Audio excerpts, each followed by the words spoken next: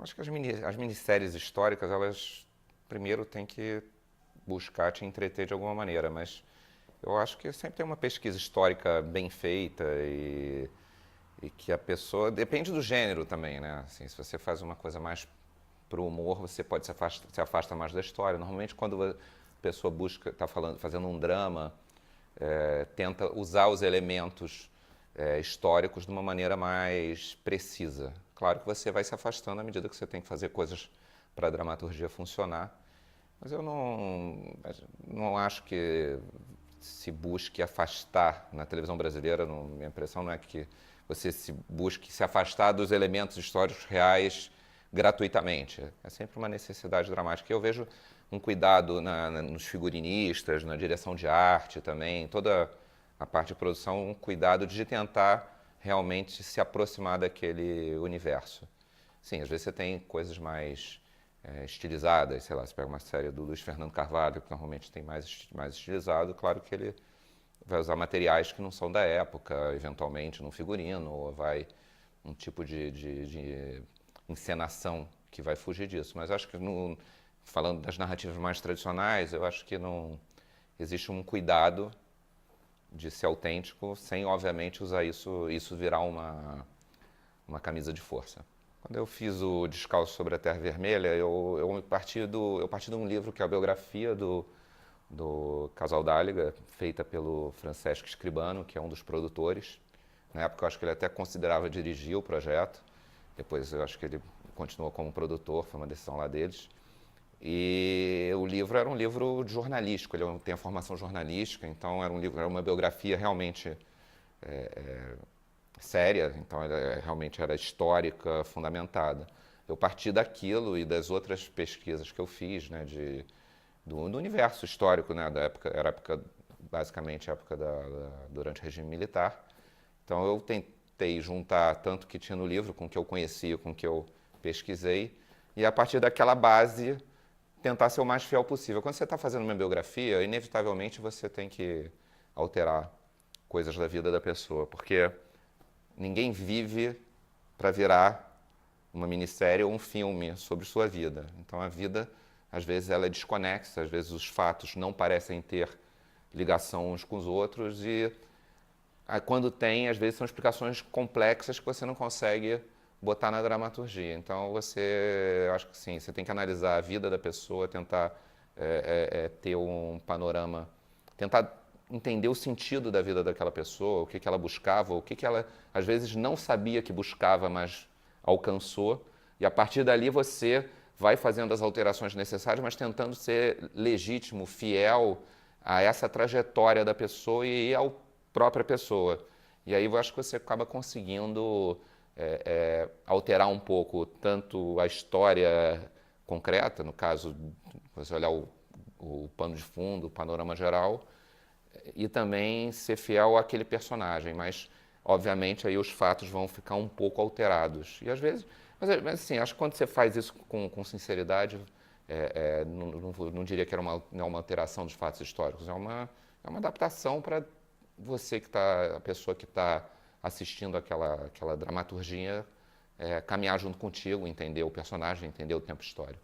Que tenha chegado a mim, eu não soube de nenhum tipo de conflito com a igreja ou com militares com relação ao Descalço sobre a Terra Vermelha. O personagem, o Casal Dáliga, ele sempre se posicionou à esquerda da Igreja Católica, isso desde a formação dele, sempre mais ligada às causas populares. E é um cara que vem parar no Brasil, no interior do Brasil, num momento extremamente conflituoso. E até hoje tem, né, 30, 40, não, 40, 50 anos depois, você ainda tem trabalho escravo, denúncias de trabalho escravo no interior do Brasil, especialmente nessa região centro-oeste, Amazônia, tem, né, aquela parte ali do Tocantins, tem várias denúncias constantemente. Imagina naquela época.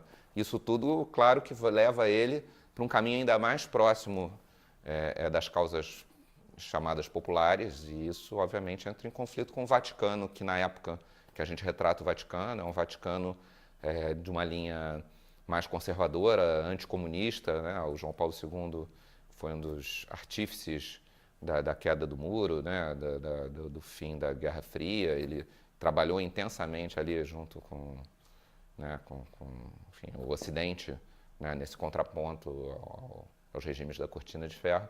Então é um conflito inevitável. E o Ratzinger, que depois virou o Papa, o Bento XVI, ele era uma figura, ele era o braço direito do João Paulo II, especialmente na questão doutrinária.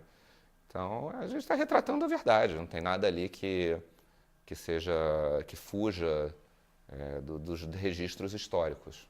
É um diálogo todo baseado em conflitos realmente existentes. Não, no caso, quando eu fiz o Descalço sobre a Terra Vermelha, ele inicialmente ia ser um filme para cinema, que era uma coprodução da TV catalã, ou dos produtores da Catalunha com os produtores brasileiros.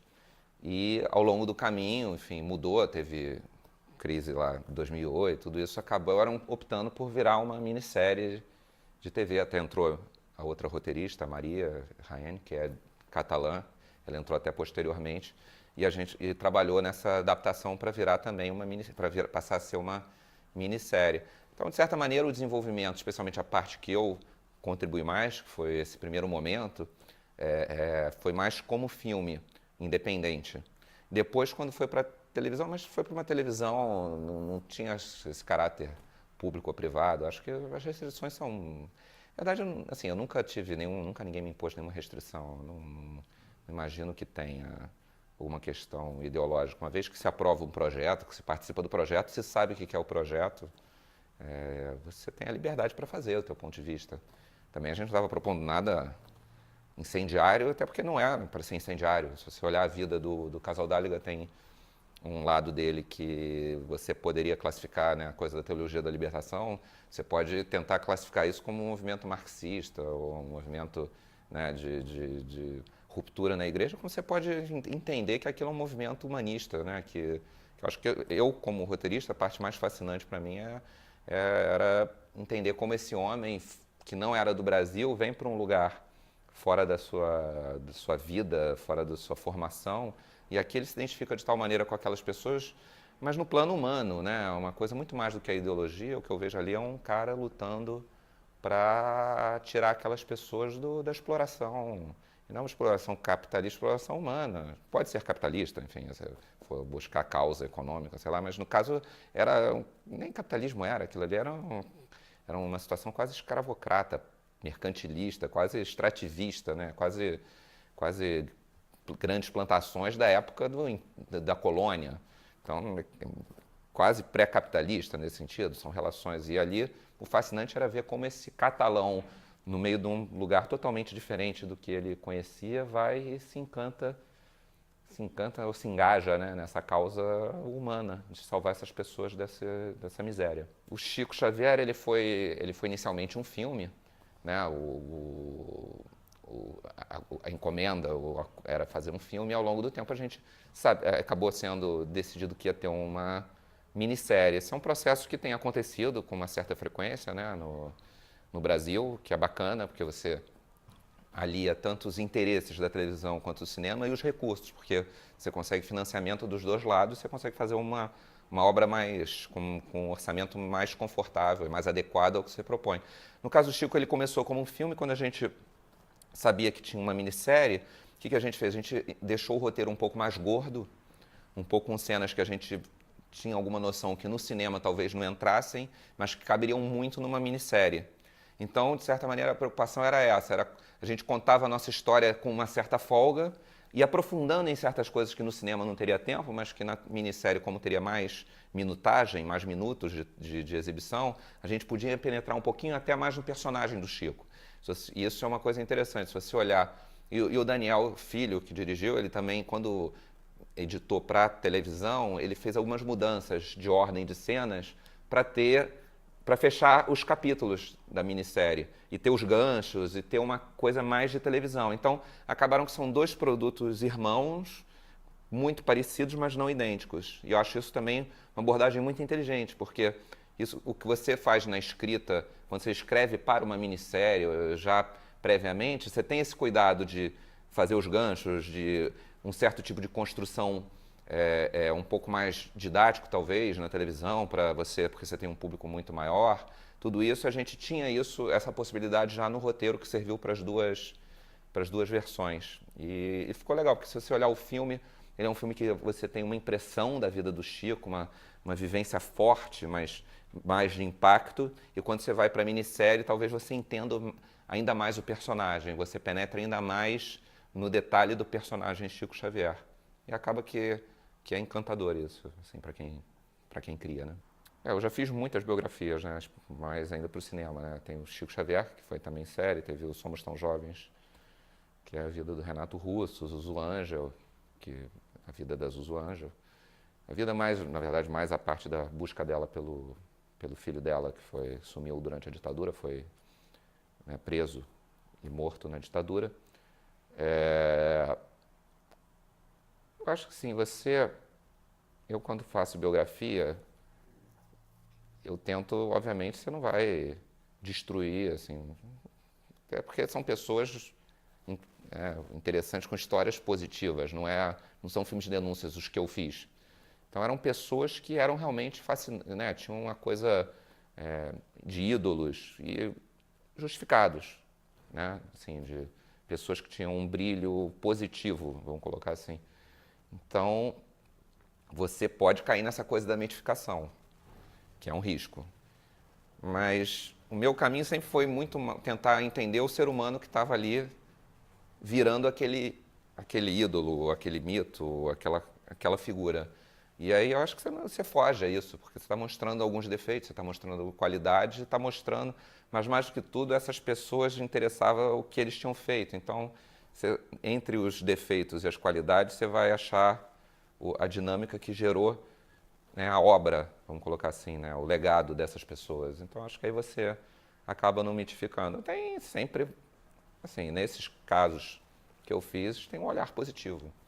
Não vou negar, tem um olhar positivo, mas eu não acho que eu tenha mitificado nenhum deles e nunca ninguém me chegou a me, assim, que eu saiba. Sempre tem alguém, né? Se você for pesquisar, tem opinião para tudo. Mas você tem que entender o que você fez e tentar tirar uma média, né, dos comentários. Você não pode se fechar os comentários, porque seria uma tolice, uma burrice, né? Você evitaria a sua evolução como criador, como artista. Mas você também tem que entender quando também gente chata querendo te encher, que acha que sabe tudo da vida, e às vezes você não sabe tudo da vida. Né? Televisão e cinema no Brasil já abordaram muitos temas históricos, mas obviamente, a gente não faz tanto filme, sei lá, quanto os Estados Unidos. No Brasil vai ser difícil você ver uma biografia que você possa pegar um momento específico daquele personagem. Você normalmente acaba tendo que contar uma boa parte, no mínimo uma boa parte da vida dos personagens. Então você acaba não podendo se deter tão especificamente, assim, talvez uma exceção Getúlio Vargas, né? A gente já tem, né, teve um filme em 2014 do Getúlio que está focado na crise, na morte, no suicídio do Getúlio. Mas isso é quase uma exceção. Normalmente você acaba tendo que pegar partes grandes da vida das pessoas. Isso dificulta a adaptação, porque contar um grande período histórico você está esgarçando, você está afrouxando o teu conteúdo dramático, porque você tem que contar mais eventos.